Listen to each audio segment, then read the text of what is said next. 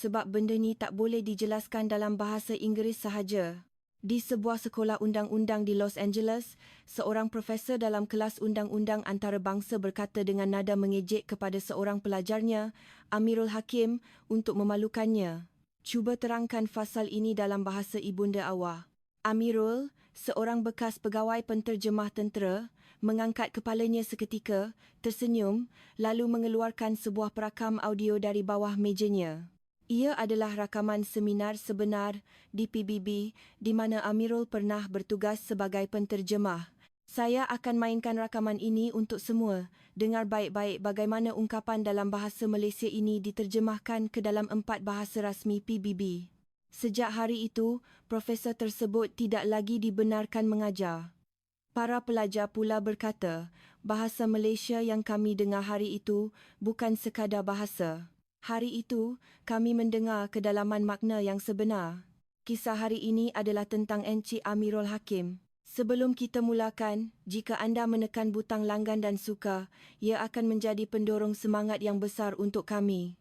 Di sebuah dewan kuliah yang masih kosong di Sekolah Undang-Undang Los Angeles, jam 8.30 pagi, sebelum kelas bermula, Amirul Hakim sedang duduk sendirian. Pada usia 35 tahun, dia lebih tua daripada rakan-rakan sekelasnya, tetapi usianya diimbangi dengan pengalaman hidup yang mendalam. Sambil duduk di hadapan komputer ribanya, dia menyusun nota yang padat dengan tulisan dalam 3 bahasa dunia dan berlatih menterjemah dengan suara perlahan.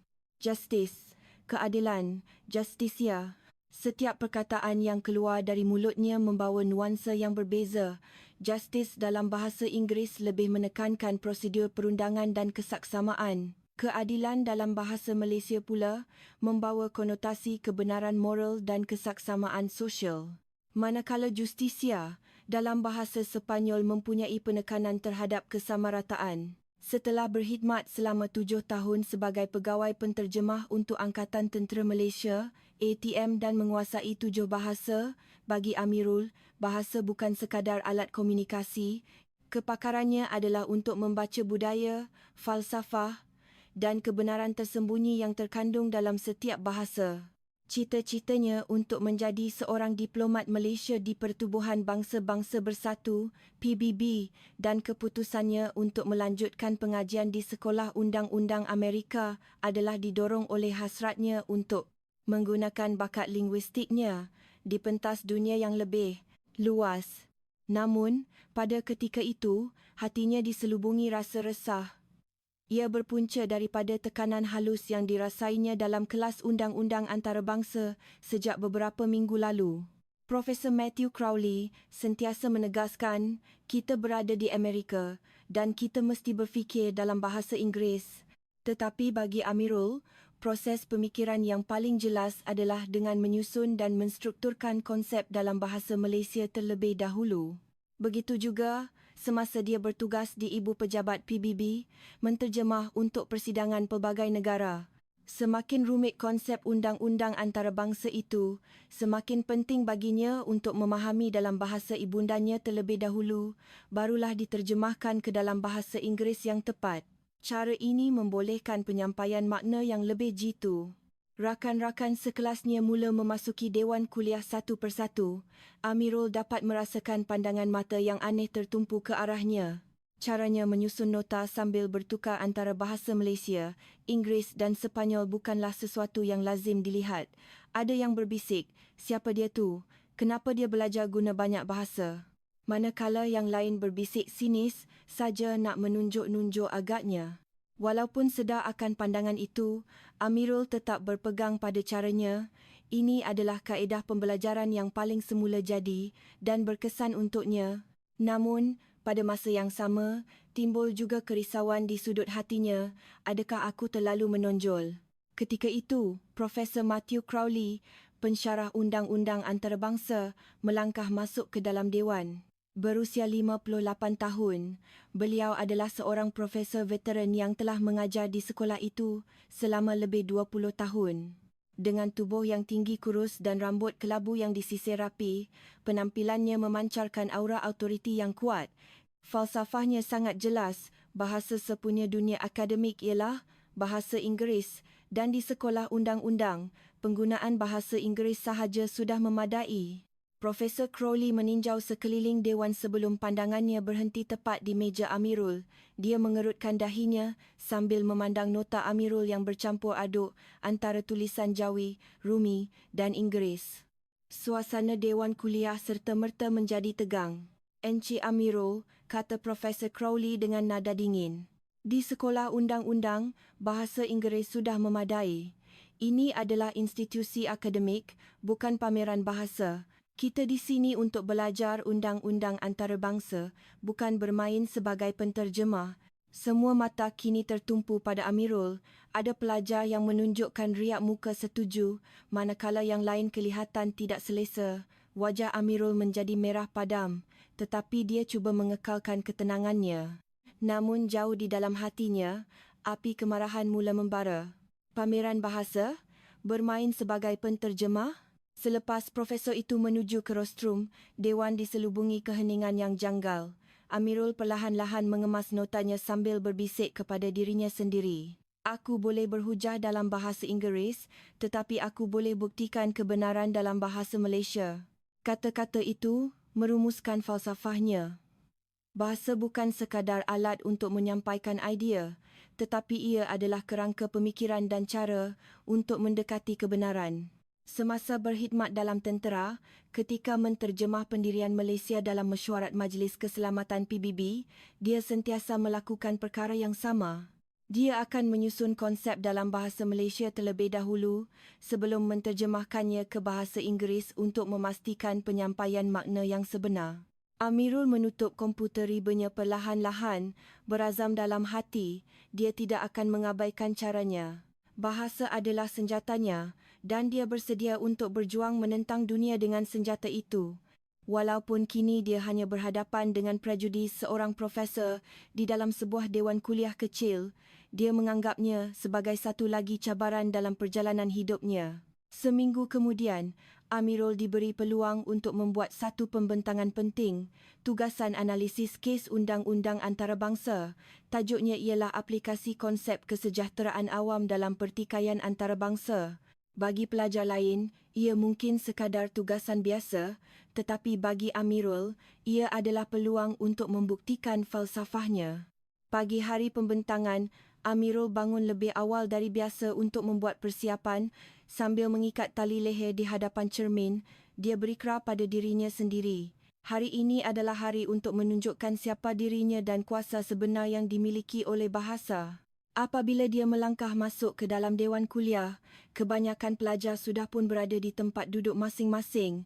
Giliran Amirul adalah yang ketiga. Sambil mendengar dua pembentangan sebelumnya, dia menyedari betapa berbezanya pendekatannya. Pelajar-pelajar lain hanya menyenaraikan kes-kes dari sistem perundangan common law dan analisis mereka bersifat dangkal. "Pelajar Amirul Hakim, sila mulakan pembentangan anda," kedengaran suara dingin Profesor Crowley. Amirul perlahan-lahan bangkit dan berjalan ke hadapan. Di tangannya terdapat satu himpunan bahan rujukan yang tebal dan hatinya dipenuhi keyakinan. "Tajuk pembentangan saya hari ini ialah aplikasi konsep kesejahteraan awam dalam pertikaian antarabangsa." Amirul memulakan dengan tenang. "Pertama sekali, saya ingin menyentuh tentang konsep kesejahteraan awam itu sendiri. Dalam bahasa Inggeris, ia dikenali sebagai public welfare, tetapi terdapat perbezaan nuansa yang halus dengan makna kesejahteraan awam dalam bahasa Malaysia." Dewan kuliah menjadi senyap. Para pelajar memandangnya dengan rasa ingin tahu, manakala Profesor Crowley mula mengerutkan dahinya. Kesejahteraan awam dalam konteks Malaysia tidak hanya bermaksud kepentingan majoriti, ia merangkumi kesejahteraan yang dinikmati bersama oleh awam atau semua orang. Ini membawa latar belakang falsafah yang berbeza daripada pandangan utilitarian Barat. Amirul meneruskan penjelasannya dengan yakin. Kes yang dianalisisnya ialah pertikaian sempadan maritim Timor Leste yang dibicarakan di Mahkamah Keadilan Antarabangsa tahun lalu.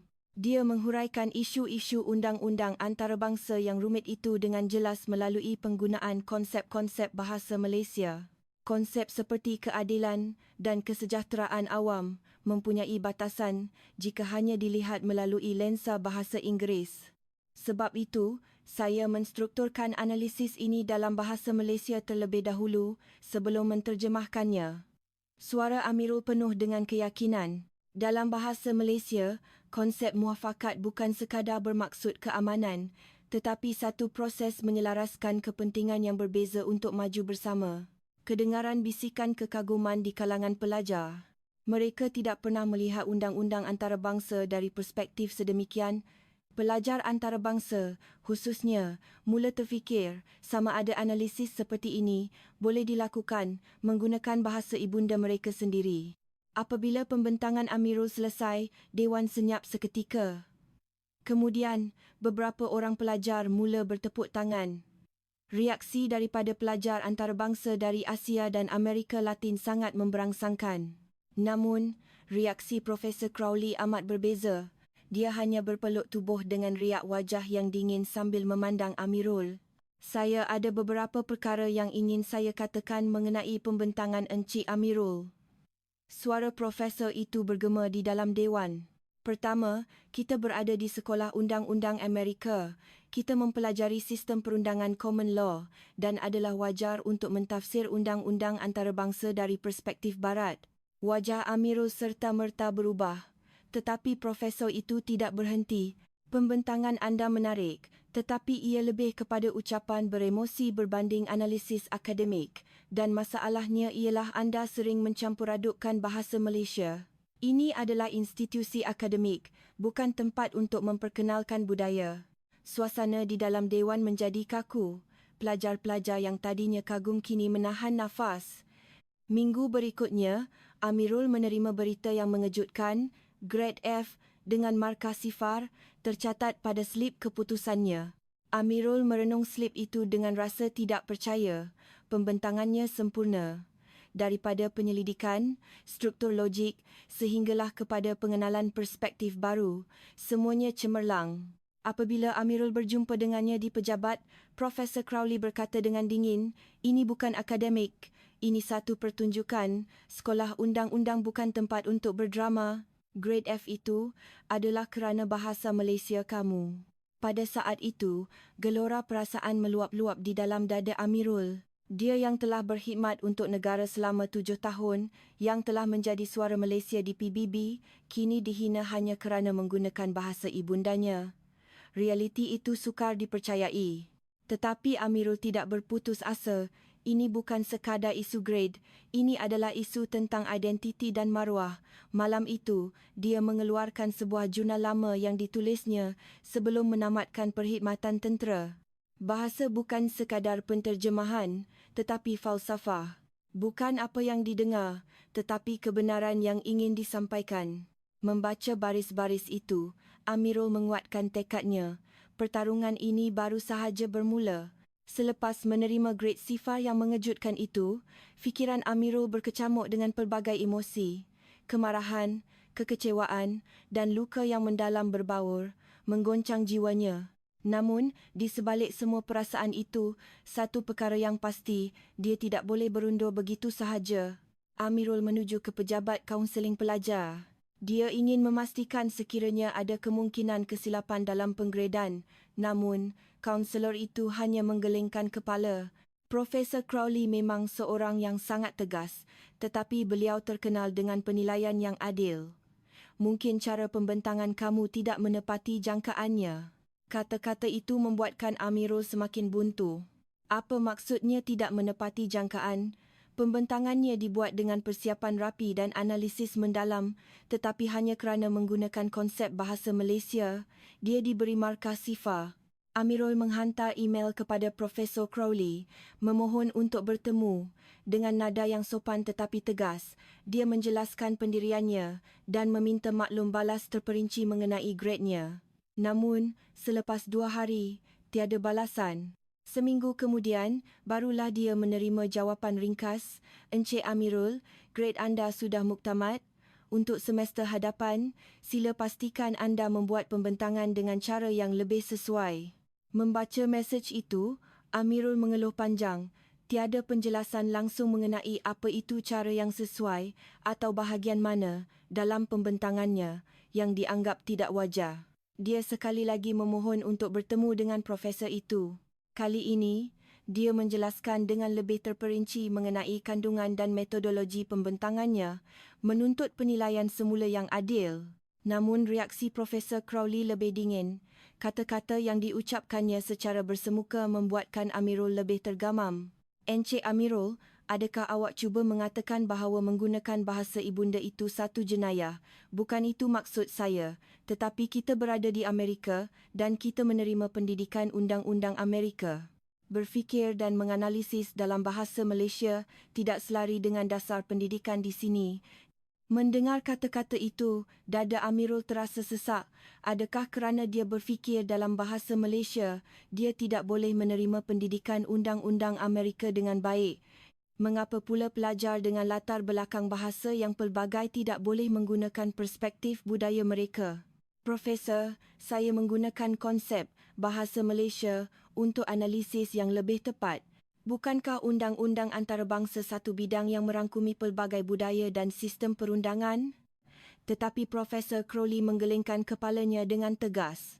Pendekatan seperti itu akan menghilangkan objektiviti.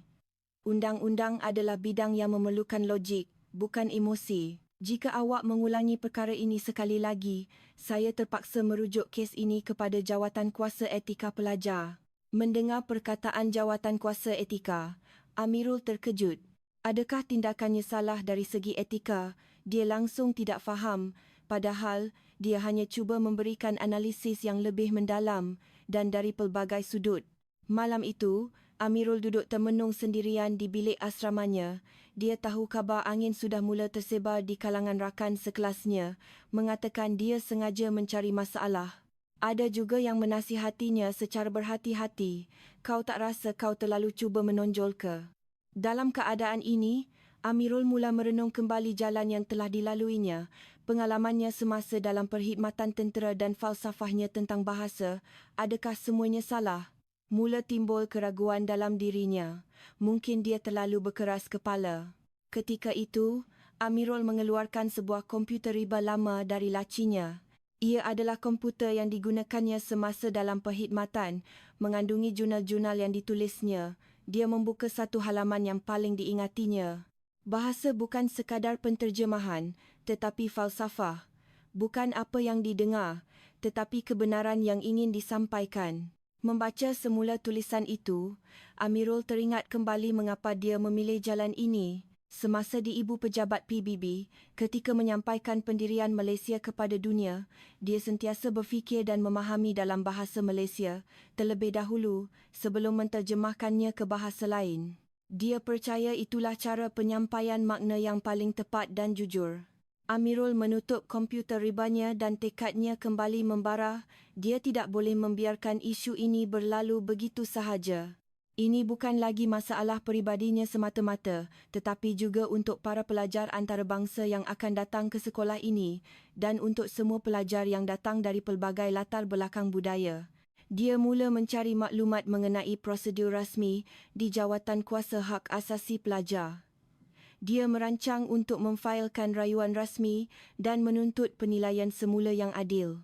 Dia tahu jalan yang bakal dilaluinya pasti sukar, tetapi dia tidak boleh berputus asa. Beberapa hari kemudian, Amirul akhirnya membuat keputusan. Dia akan memfailkan rayuan rasmi kepada Jawatan Kuasa Hak Asasi Pelajar. Keputusan ini dibuat setelah melalui pertimbangan dan konflik dalaman yang mendalam. Dia bimbang jika keadaan akan menjadi lebih buruk atau jika dia akan memberi tanggapan buruk kepada profesor-profesor lain. Tetapi bagi Amirul, ada sesuatu yang lebih penting, keyakinan dan identitinya. Dia datang ke Amerika bukan sekadar untuk mendapatkan grade yang baik. Dia ingin melakukan sesuatu yang bermakna di persada dunia dengan bakat bahasa dan latar belakang budayanya.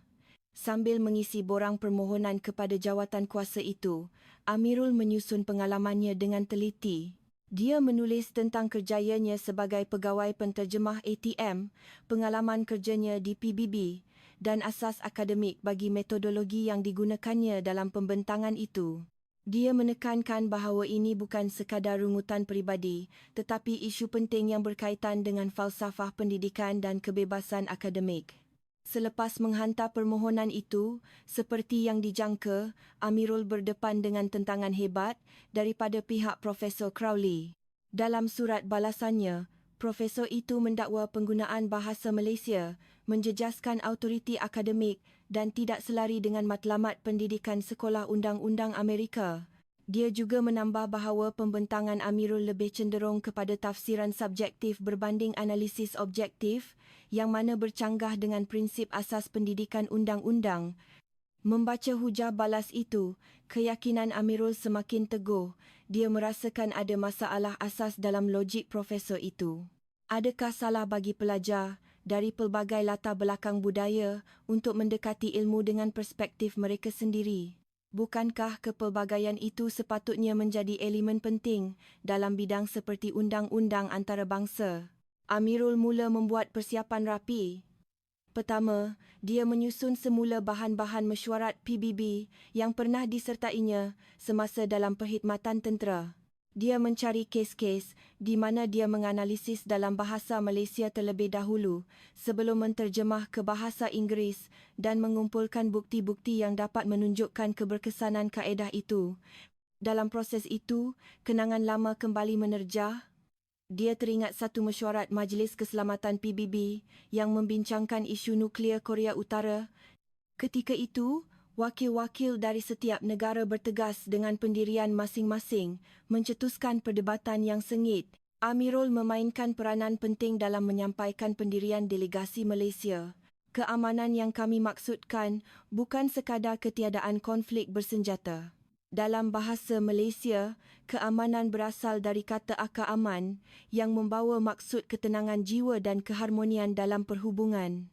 Hanya apabila kedua-dua elemen ini tercapai, barulah ia boleh dianggap sebagai keamanan yang sejati. Penjelasan Amirul ketika itu meninggalkan kesan yang mendalam kepada ramai wakil negara yang hadir.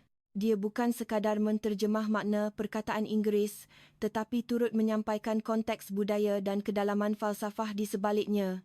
Hasilnya, pendirian Malaysia dapat disampaikan dengan lebih jelas dan meyakinkan. Berdasarkan pengalaman-pengalaman ini, Amirul menyusun hujahnya dengan lebih sistematik. Bahasa bukan sekadar alat komunikasi, tetapi ia adalah kerangka pemikiran. Memahami sistem konsep unik yang dimiliki setiap bahasa adalah titik permulaan bagi komunikasi antarabangsa yang sejati. Namun, proses persiapan ini bukanlah mudah. Kabar angin mengenai kes ini sudah tersebar di seluruh kampus dan pendapat di kalangan pelajar mula berpecah. Ada yang menyokong keberanian Amirul, manakala yang lain mengkritiknya kerana sengaja menimbulkan masalah. Reaksi di kalangan pelajar antarabangsa dari Asia juga berbeza-beza. Ada yang meluahkan rasa simpati, berkata, kami pun pernah mengalami perkara yang sama, manakala yang lain menasihatinya agar lebih bijak dengan menyesuaikan diri. Dalam keadaan ini, Amirul kadang-kadang merasa terasing, namun dia tetap meneruskan perjuangannya. Sambil menyusun semula transkrip mesyuarat PBB, dia berbisik, dulu pun aku berfikir dalam bahasa Malaysia dulu sebelum menterjemah ke bahasa Inggeris dan itu adalah cara penyampaian makna yang paling tepat. Masa untuk prosedur rasmi semakin hampir, Amirul telah bersedia dari segi mental. Pertarungan ini bukan untuk dirinya seorang, tetapi untuk maruah dan kebebasan akademik semua pelajar antarabangsa. Akhirnya, tiba juga hari sesi pendengaran rasmi. Pagi-pagi lagi, Amirul sudah segak berpakaian sut dan membuat semakan terakhir. Di dalam begnya, selain daripada berpuluh-puluh helai dokumen, terdapat satu bukti istimewa, rakaman video dan audio mesyuaratnya semasa di PBB. Berjalan di koridor menuju ke bilik mesyuarat, perasaan Amirul bercampur baur, debaran, harapan dan sedikit rasa takut. Tetapi yang paling kuat adalah keyakinan. Keyakinan bahawa dia berada di pihak yang benar dan perjuangannya ini mempunyai makna. Apabila dia melangkah masuk ke dalam bilik mesyuarat, beberapa orang ahli jawatan kuasa sudah pun berada di situ. Pengerusi jawatan kuasa hak asasi pelajar, beberapa orang profesor dari pelbagai latar belakang dan wakil pelajar turut hadir. Antara mereka, mata Amirul tertumpu pada Profesor Alexandra Lowell. Berusia dalam lingkungan 60-an, beliau adalah seorang bekas penterjemah persidangan antarabangsa dan kini merupakan seorang ahli akademik terkemuka yang mengkaji titik pertemuan antara linguistik dan undang-undang antarabangsa. Profesor Crowley juga berada di situ. Dia masih memandang Amirul dengan riak wajah yang dingin, seolah-olah menganggap semua proses ini sebagai satu pembaziran masa.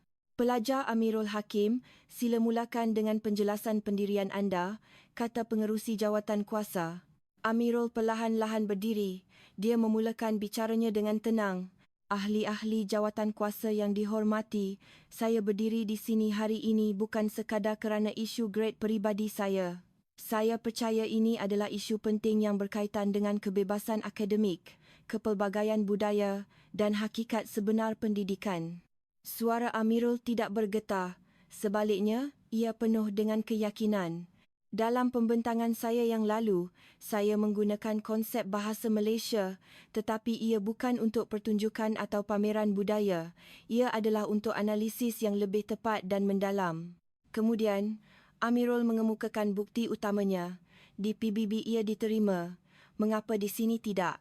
Bilik mesyuarat menjadi senyap. Amirul membuka komputer ribanya dan memainkan sebuah video. Skrin memaparkan bilik mesyuarat di ibu pejabat PBB dengan wakil-wakil dari pelbagai negara duduk mengelilingi meja. Kelihatan juga kelibat Amirul yang lebih muda di dalam bilik penterjemah, memegang mikrofon. Ini adalah rakaman video dari mesyuarat Majlis Keselamatan PBB 3 tahun lalu mengenai isu nuklear Korea Utara.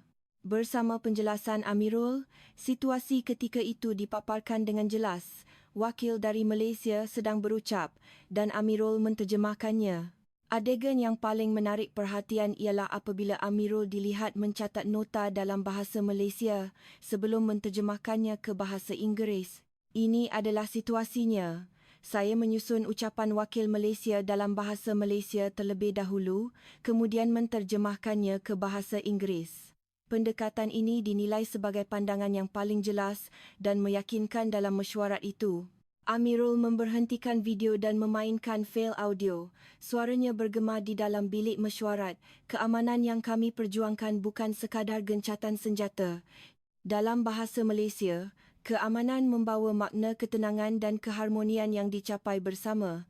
Inilah matlamat utama yang ingin dicapai di rantau ini. Turut dikemukakan ialah rekod yang menunjukkan beberapa wakil negara melahirkan rasa kagum terhadap penterjemahan itu. Wakil Perancis menyifatkannya sebagai penjelasan yang sangat jelas dan mendalam dari segi falsafah, manakala wakil Jerman mencatatkan ia sebagai penterjemahan cemerlang yang turut menyampaikan konteks budaya bahasa tersebut. Kedengaran bisikan di kalangan pelajar dan ahli jawatan kuasa. Wow, inilah penterjemahan sebenar di lapangan, kata salah seorang daripada mereka. Mereka seolah-olah menyaksikan sendiri realiti diplomasi antarabangsa yang selama ini hanya diketahui melalui teori. Amirul terus mengemukakan lebih banyak contoh. Dalam setiap kes, dia menunjukkan secara konkret bagaimana sistem konsep unik bahasa Malaysia membolehkan komunikasi yang lebih tepat dan berkesan di pentas antarabangsa. Bahasa bukan sekadar alat terjemahan. Memahami kerangka pemikiran dan konteks budaya yang unik bagi setiap bahasa adalah teras kepada komunikasi antarabangsa yang sejati. Semakin lama pembentangan Amirul, semakin berubah suasana di dalam bilik mesyuarat. Pandangan yang pada mulanya skeptikal kini bertukar menjadi tumpuan dan minat. Profesor Alexandra Lowell, khususnya, kelihatan sangat tertarik mendengar penjelasan Amirul. Metodologi yang saya gunakan dalam pembentangan saya juga lahir dari pengalaman ini. Dengan menyusun konsep dalam bahasa Malaysia terlebih dahulu sebelum menyatakannya dalam bahasa Inggeris, ia membolehkan analisis yang lebih tepat dan mendalam. Sebagai penutup, Amirul menyatakan keyakinannya dengan jelas. Saya yakin ini bukan sesuatu yang menjejaskan autoriti akademik, sebaliknya ia meluaskan lagi ufuk ilmu.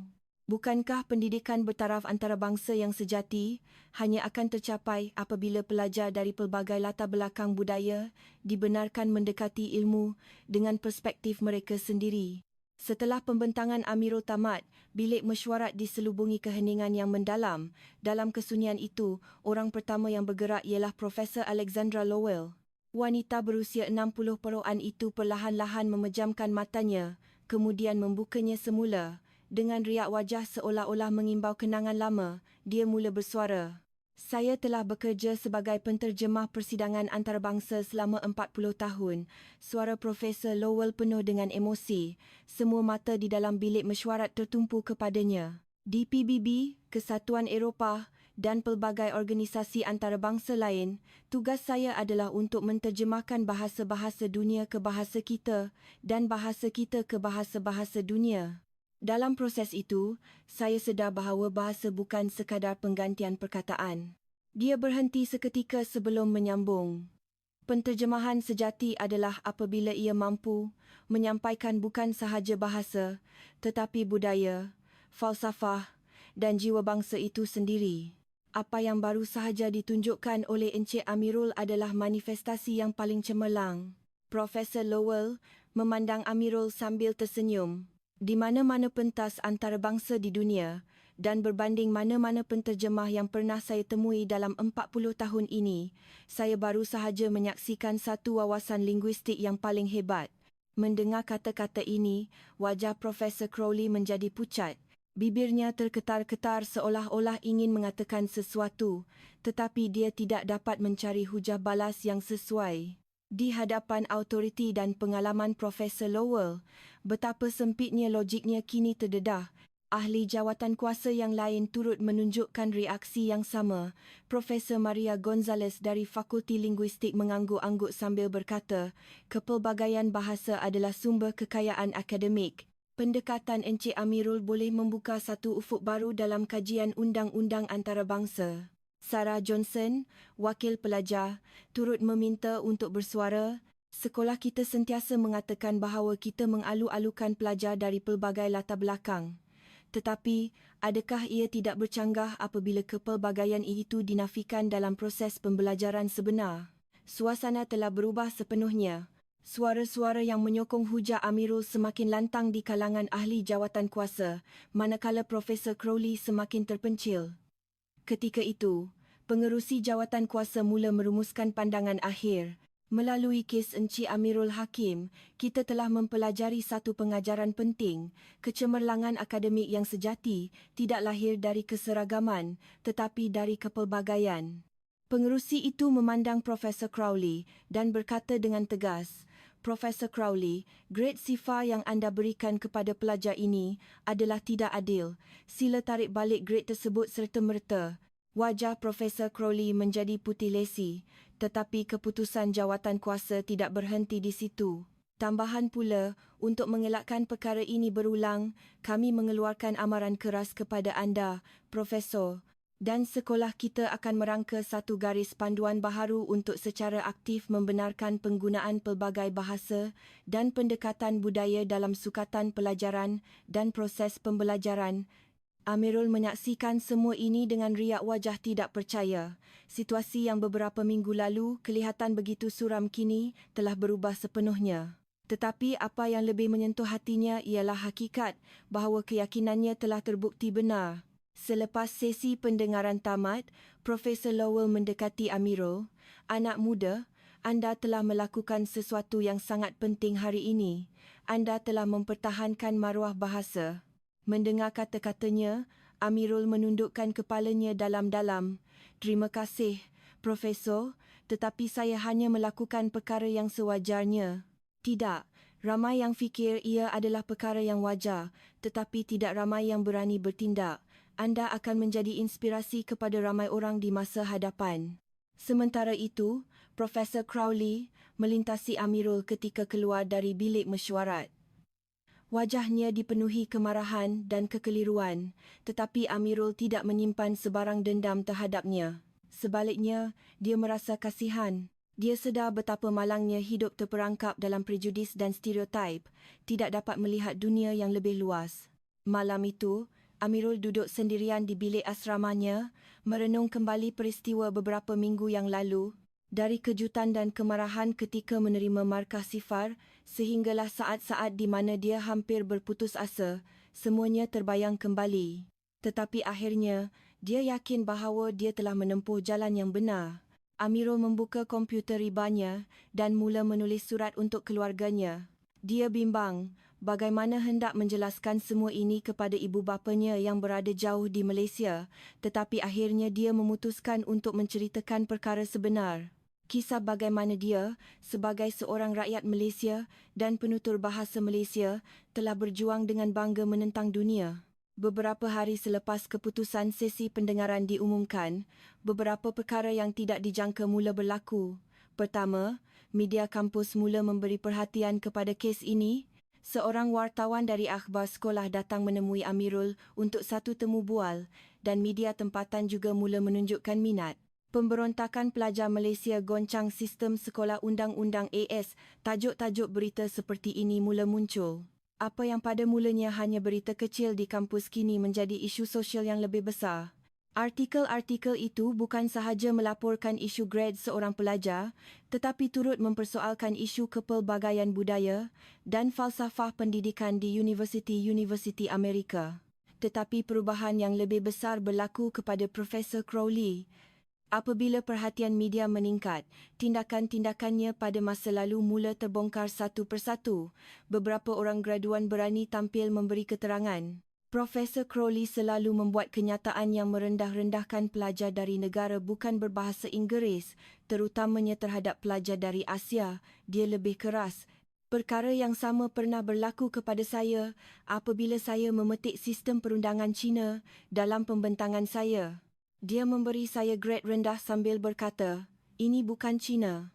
Dengan pendedahan yang berterusan, menjadi jelas bahawa masalah Profesor Crowley bukan hanya melibatkan kes Amirul. Sudah sekian lama dia menilai pelajar berdasarkan prejudis dan rasa superioriti budayanya. Pihak pentadbiran sekolah memutuskan bahawa mereka tidak boleh lagi membiarkan masalah ini. Jawatan kuasa etika universiti telah ditubuhkan dan siasatan rasmi terhadap Profesor Crowley dimulakan. Dalam proses siasatan, rekod penilaian kelasnya diperiksa dengan teliti dan satu corak yang mengejutkan ditemui. Grade pelajar dari negara bukan berbahasa Inggeris, terutamanya dari Asia dan Amerika Latin, secara konsisten lebih rendah. Walaupun mereka menghantar pembentangan atau tugasan yang sama taraf, markah mereka sentiasa lebih rendah daripada pelajar berbahasa Inggeris. Ini adalah bukti diskriminasi yang terlalu jelas untuk dianggap sebagai satu kebetulan. Hasil siasatan jawatan kuasa etika amat mengejutkan. Terbukti bahawa selama 10 tahun yang lalu, Profesor Crowley secara sistematik telah membuat penilaian berdasarkan prejudis budaya. Ini adalah tindakan yang secara terang-terangan melanggar nilai-nilai asas universiti, iaitu kesamarataan dan kepelbagaian. Akhirnya, pihak pentadbiran sekolah mengambil tindakan yang sangat tegas. Jawatan kuasa etika universiti memutuskan untuk mengenakan tindakan disiplin terhadap Profesor Crowley. Dia serta-merta digantung daripada semua tugas mengajar dan tidak lagi dibenarkan terlibat dalam penilaian pelajar pada masa hadapan. Secara praktikalnya, kerjayanya sebagai seorang profesor telah berakhir.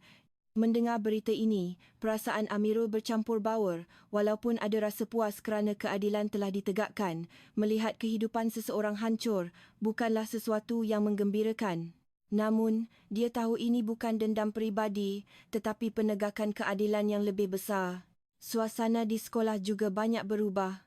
Profesor-profesor lain mengambil iktibar daripada insiden ini dan berikrar untuk membuat penilaian yang lebih berhati-hati dan adil pada masa hadapan. Suasana yang menghormati kepelbagaian budaya dan mengiktiraf latar belakang unik setiap pelajar sebagai satu kelebihan mula terbentuk. Perubahan juga berlaku di kalangan pelajar. Pelajar yang pada mulanya tidak memahami tindakan Amirul kini mula mengiktiraf keberaniannya. Pelajar antarabangsa yang lain khususnya mengucapkan terima kasih kepadanya. Terima kasih kerana berani bersuara. Kerana kau, kami rasa kami juga boleh menjadi lebih berani, kata pria, seorang pelajar dari India, kepada Amirul. Sekarang, aku bercadang untuk menggunakan konsep bahasa Hindi dalam pembentangan aku. Kau dah buka jalan untuk kami. Melihat reaksi-reaksi ini, Amirul semakin yakin bahawa pilihannya adalah tepat. Ini bukan hanya masalah peribadi, tetapi masalah yang berkaitan dengan hak dan maruah semua pelajar antarabangsa dan mereka yang datang dari pelbagai latar belakang budaya. Sementara itu, pihak universiti mula merangka garis panduan baru. Dasar-dasar yang secara aktif menggalakkan penggunaan pelbagai bahasa dan pendekatan budaya sedang diwujudkan. Ini adalah salah satu perubahan yang paling bermakna hasil daripada kes Amirul. Petang itu, Amirul duduk sendirian di bilik asramanya merenung kembali peristiwa beberapa bulan yang lalu. Dari rasa putus asa ketika menerima markah sifar sehinggalah ke hari ini, seluruh proses itu terasa seperti sebuah drama. Tetapi ini bukan drama, ini adalah realiti. Dan dia merasa bangga kerana telah memainkan peranan kecil dalam mengubah realiti itu. Amirul memandang keluar tingkap sambil berfikir. Mengubah dunia mungkin tidak bermula dengan revolusi besar, tetapi dengan keberanian-keberanian kecil seperti ini. Apabila seseorang berani mempertahankan kepercayaannya, ia akan memberi keberanian kepada orang lain dan akhirnya membawa kepada perubahan dalam keseluruhan sistem. Dia telah mengalaminya sendiri. Beberapa hari kemudian, satu peluang yang tidak dijangka datang kepada Amirul. Dia menerima permintaan untuk bertemu daripada Profesor Antonio Carlos. Profesor itu, yang juga berkhidmat sebagai penasihat PBB, menunjukkan minat yang mendalam terhadap kes Amirul. Hati Amirul dipenuhi dengan harapan dan rasa ingin tahu ketika dia menuju ke pejabat profesor itu. Pejabat Profesor Antonio dipenuhi dengan bendera dan cenderamata dari seluruh dunia. Ia sendiri melambangkan kepelbagaian antarabangsa. Profesor itu menyambut Amirul dengan senyuman mesra. Pelajar Amirul Hakim, saya telah mendengar kisah anda. Anda telah menunjukkan keberanian yang luar biasa. Profesor Antonio memandang Amirul dengan pandangan yang tulus. Sebenarnya, Sekretariat PBB sedang mencari seorang pelatih yang boleh mengendalikan penterjemahan bahasa Malaysia dan bantuan perundangan. Saya rasa andalah orang yang paling layak untuk jawatan itu. Amirul terkejut. Dia tidak pernah membayangkan peluang yang diimpikannya akan datang dengan cara sebegini. Tetapi apa yang lebih menyentuh hatinya ialah hakikat bahawa kebolehan bahasa dan latar belakang budayanya kini diiktiraf sebagai satu kelebihan, bukan kekurangan. Profesor, ini satu penghormatan yang besar. Tetapi, adakah saya layak? Sudah tentu, anda telah membuktikannya. Anda telah menunjukkan kuasa sebenar bahasa dan kepentingan komunikasi antara budaya. Inilah nilai-nilai yang diperjuangkan oleh PBB. Profesor Antonio terus menjelaskan skop tugasnya secara terperinci. Dia akan mengendalikan isu-isu undang-undang antarabangsa yang berkaitan dengan Malaysia, bertanggungjawab untuk terjemahan dan tafsiran dokumen bahasa Malaysia dan kadangkala akan bertugas sebagai penterjemah dalam mesyuarat-mesyuarat penting. Falsafah anda adalah benar. Bahasa bukan sekadar alat komunikasi, tetapi ia adalah wadah yang membawa budaya dan falsafah. Di PBB, pemahaman yang mendalam seperti inilah yang kami perlukan. Selepas pertemuan itu, hati Amirul meluap dengan kegembiraan. Beberapa bulan lalu dia berada di lembah keputusasaan, tetapi kini dia telah mendapat peluang yang diidam-idamkannya. Tetapi yang lebih bermakna ialah hakikat bahawa keyakinannya telah terbukti sepenuhnya. Petang itu, Amirul melawat Dewan Kuliah itu buat kali terakhir, tempat di mana segalanya bermula. Di dalam dewan yang kosong itu, dia berdiri di hadapan papan putih. Dia mengambil pen marker dan mula menulis satu ayat. Kebenaran tidak diterjemah. Ia hanya disampaikan dengan keikhlasan. Ayat ini adalah kebenaran paling penting yang dipelajarinya melalui pengalaman beberapa bulan yang lalu. Bahasa bukan sekadar menukar perkataan, tetapi ia adalah tentang menyampaikan keikhlasan dan falsafah yang terkandung di dalamnya. Memandang ayat yang tertulis di papan putih itu, Amirul merasa sangat terharu. Beberapa bulan lalu, kerana bahasa Malaysia dia diberi markah sifar dan dihina, tetapi kini, bahasa Malaysia itu telah menjadi simbol identiti dan keyakinannya yang berharga. Amirul memandang keluar tingkap, tenggelam dalam fikirannya. Dia berharap kisahnya tidak berakhir sebagai satu kejayaan peribadi semata-mata. Dia mahu ia menjadi sumber harapan dan keberanian bagi pelajar-pelajar antarabangsa yang akan datang ke sekolah ini dan bagi semua orang di seluruh dunia yang didiskriminasi kerana identiti dan latar belakang budaya mereka. Di dalam hatinya, tertanam satu keyakinan bahasa sememangnya boleh menjadi senjata dan senjata itu tidak seharusnya digunakan untuk menyerang orang lain tetapi untuk mendedahkan kebenaran dan menegakkan keadilan. Beberapa minggu kemudian, Amirul menaiki pesawat menuju ke ibu pejabat PBB. Sambil memandang awan di luar tingkap, dia membuat satu azam baru. Dia akan menyampaikan keindahan bahasa dan nilai kepelbagaian kepada setiap orang yang ditemuinya. Dia juga memasang impian untuk suatu hari nanti kembali ke tanah air dan menjadi jambatan untuk komunikasi antarabangsa yang sejati. Bukan sekadar menjadi orang yang fasih berbahasa Inggeris, tetapi menjadi seorang diplomat sejati yang membina komunikasi yang tulus antara budaya dan bahasa yang berbeza. Ketika pesawat naik melepasi awan, Amirul sekali lagi merenung keyakinannya. Bahasa bukan diterjemah, tetapi disampaikan dan teras kepada penyampaian itu adalah keikhlasan.